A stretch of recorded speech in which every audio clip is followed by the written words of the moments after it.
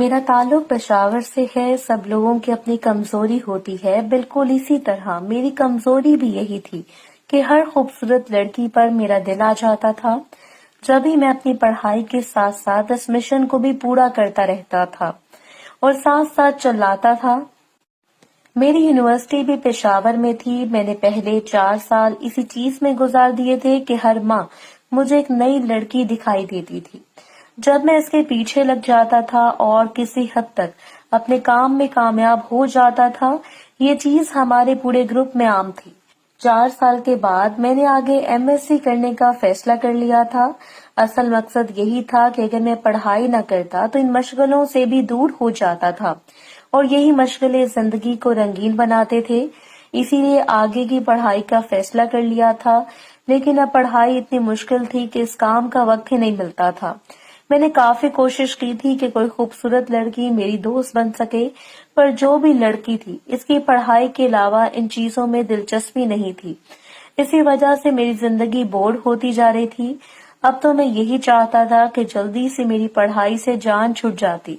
ہم 2 ہی بہن بھائی تھے۔ میری بہن مجھ سے بڑی تھی، وہ کافی خوبصورت تھی۔ اس کی شادی کی تیاریاں چل رہی تھیں تاکہ اس کے بعد میرا نمبر آ سکتا۔ میں بھی بہت خوش تھا۔ میری یہ خوشی میری خالہ بھی جانتی تھی۔ ہم دونوں ایک دوسرے کا درد سمجھ سکتے تھے، کیونکہ میری خالہ بھی کنواری تھی، ان کی ابھی تک شادی نہیں ہوئی تھی، لیکن میں ان کی کافی عزت کرتا تھا۔ وہ مجھ سے بہت پیار کرتی تھی۔ میں نے ان کے لیے بہت سے اچھے رشتے تلاش کیے تھے، لیکن خالہ کی قسمت میں شادی لکھی ہی نہیں تھی۔ میں کبھی کبھی ان کے صبر کو داد دیتا تھا۔ ایسی بات نہیں تھی کہ خالہ میں کوئی خامی تھی، بلکہ وہ کافی خوبصورت تھی، اور اپنی خوبصورتی کو خالہ نے کافی اچھی طرح برقرار رکھا ہوا تھا، اور اتنی عمر کے باوجود بھی بہت فریش لگتی تھی۔ ان کی خوبصورتی اپنی مثال آپ تھی۔ کبھی کبھی میں بھی ان سے متاثر ہو جاتا تھا، لیکن ہمارا ملنا کافی دیر بعد ہوتا تھا۔ اس کی یہی وجہ تھی کہ میں پڑھائی میں مصروف تھا اور خالہ نانا نانی کے ساتھ رہتی تھی۔ اب بہن کی شادی کی تیاریاں کرنی تھی۔ امی نے خالہ کو کہہ دیا تھا کہ وہ اس بار امی کے پاس ہی رہیں گی۔ خالہ نے بھی یہی فیصلہ کیا تھا، اور وہ کچھ دن پہلے ہی ہمارے ہاں آ گئی تھی۔ میں یہ بات محسوس کرتا تھا کہ جب بھی خالہ بہن کی شادی کی شاپنگ کرتی تھی تو ان کا چہرہ مرجھا جاتا تھا۔ وہ سوچتی تھی کہ ان کا یہ دن کب آئے گا۔ مجھے خالہ پر کافی ترس آتا تھا، اور دل میں یہی سوچتی کہ ان کی مراد جلد ہی پوری ہو جائے۔ میں نے سوچ لیا تھا کہ خالہ کو بہن کی شادی پر خوش رکھوں گا تاکہ انہیں یہ کمی محسوس نہ ہو۔ اس لیے انہیں کہہ دیا تھا کہ یہ سب کرنے کے لیے شادی کرنا ضروری نہیں ہے۔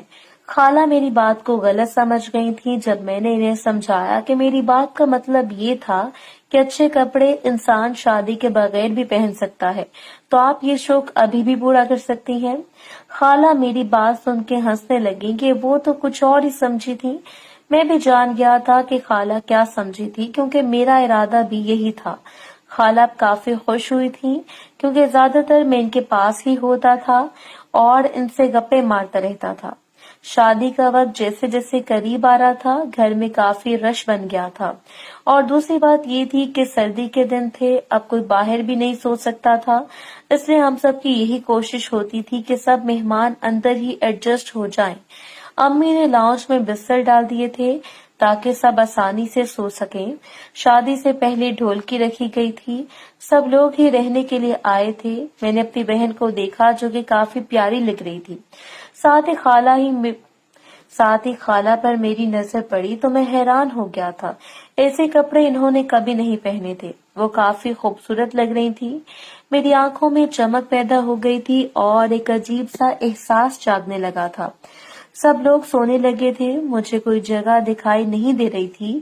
جب ایک کونے میں تھوڑی سی جگہ نظر آئی تو میں جلدی سے وہاں جا کر لیٹ گیا۔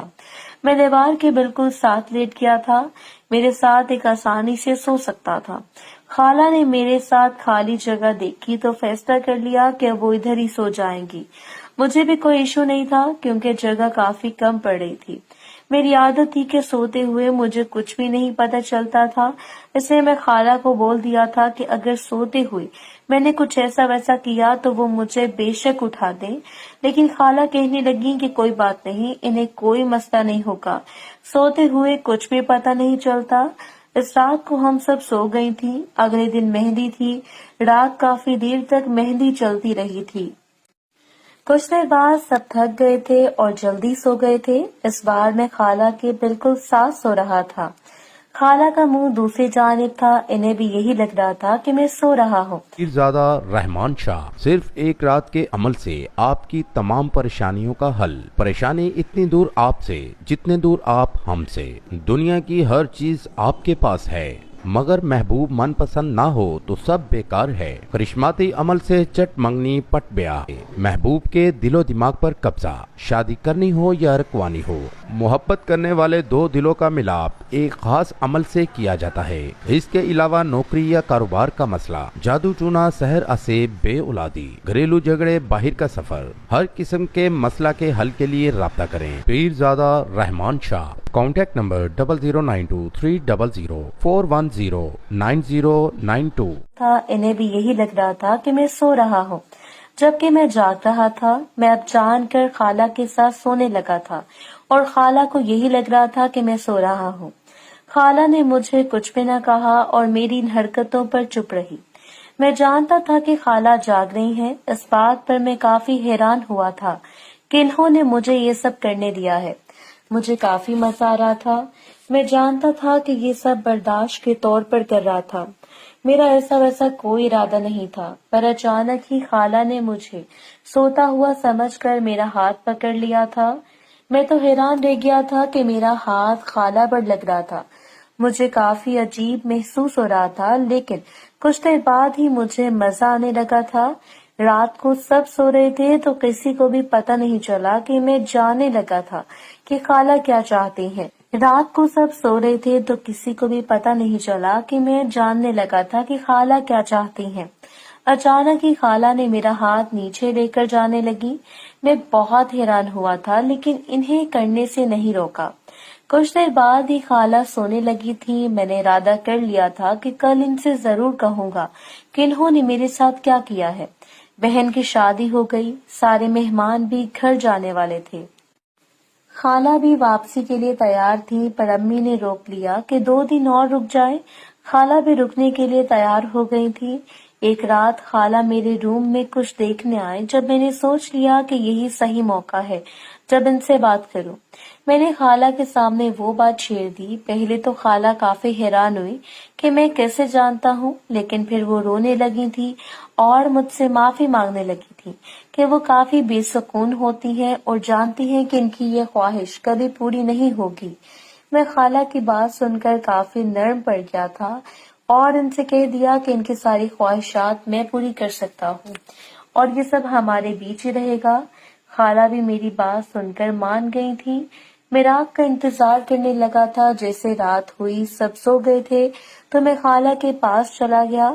خالہ پہلے سے ہی میرا انتظار کر رہی تھی۔ مجھے اپنے پاس کر لیا۔ میں نے اس حالت میں دیکھ کر اپنے ہوش قابو میں نہ رکھ سکا۔ اب تو مجھے افسوس ہونے لگا تھا کہ میں نے اس کام میں دیر کر دی تھی۔ کاش میں پہلے ہی خالہ کے ساتھ وہ سب کرتا تو یہ کام بھی جلدی ہی ہو جاتا۔ خالہ کافی پیار سے مجھے وہ سب سکھا رہی تھی جو کرنے میں کافی ماہر تھا۔ میں نے خود کو سکون دیا اور جی بھر کر کام کیا۔ کچھ دیر بعد ہی خالہ سونے لگی تو میں بھی آرام سے واپس آ گیا تھا۔ میں کافی خوش تھا اور جب بھی موقع ملتا تو خالہ مجھے بلا لیتی تھی۔ کچھ دنوں کے بعد ہی میرا رشتہ ہو گیا تھا۔ میری پڑھائی بھی ختم ہو گئی تھی۔ خالہ بھی اداس ہو گئی تھی کہ اب تو میں اپنی بیوی پر ہی توجہ دوں گا۔ میں نے سوچ لیا تھا کہ خالہ کا رشتہ دوبارہ سے تلاش کر لوں گا۔ کچھ دیر بعد ہی میں نے رشتہ تلاش کیا۔ خالہ کے لیے بہت اچھا رشتہ مل گیا تھا۔ ہماری شادی اکٹھی کرنے کا فیصلہ ہوا تھا۔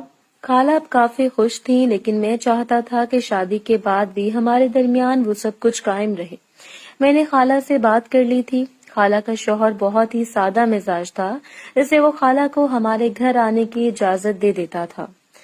میری بیوی کی جاب تھی، وہ جاب پر جاتی تھی، یہی موقع صحیح لگتا تھا کہ ہم دونوں پرانی یادوں کو تازہ کر لیتے۔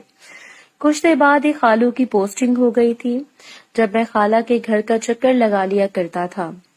خالہ نے مجھے اپنے شوہر کی بیماری کا بتایا تو مجھے کافی افسوس ہوا تھا کہ ان کی قسمت میں شادی تو لکھی تھی، لیکن وہ سکون ابھی بھی نہیں حاصل ہو سکا جو ان کا حق تھا۔ خالہ مجھے منع کرتی تھی لیکن میں ان کے پاس ہی رہتا تھا تاکہ انہیں اس کمی کا احساس نہ ہو۔ جس دن خالہ کا شوہر واپس آتا تو میں اس دن خالہ کے گھر نہیں جاتا تھا۔ میری بیوی نوٹ کرنے لگی تھی کہ میں اب زیادہ تر باہر رہتا ہوں اور اس پر اتنی توجہ نہیں دیتا، اس لیے میں نے ارادہ کر لیا تھا کہ ابھی سب کم کر دوں گا۔ کچھ وقت کے بعد خالہ بھی اپنی زندگی میں سیٹ ہو گئی تھی۔